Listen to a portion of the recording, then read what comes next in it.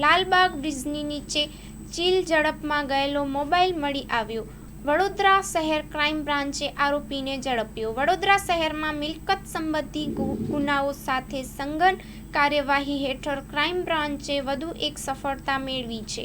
Lalbaug bridge નીચે ચીલ ઝડપમાં ગયેલા mobile ફોનના ગુનાની તપાસ કરી અને શંકાસ્પદ ઈસમને પકડી પાડવામાં આવ્યો છે. પોલીસ કમિશનર શ્રી નરસિંહા કુમાર અને અધિક પોલીસ કમિશનર ડોક્ટર લીના પાટીલના માર્ગદર્શન હેઠળ તેમજ ડીસીપી યુવરાજસિંહ જાડેજા અને એસીપી એચ.એ. રાઠોડના સૂચનાથી ક્રાઇમ બ્રાન્ચની ટીમે પેટ્રોલિંગ દરમિયાન મળેલી માહિતીના આધારે કાર્યવાહી કરી હતી.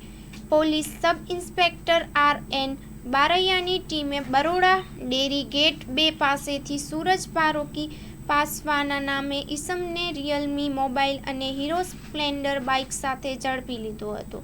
પૂછપરછમાં જણાયું કે સૂરજ પાસવાન પાસે મોબાઈલ અને બાઇક અંગે કોઈ બિલ કે માલિકીનો પુરાવો ન હતો. Report by Nikhil Gayke, Vadodara.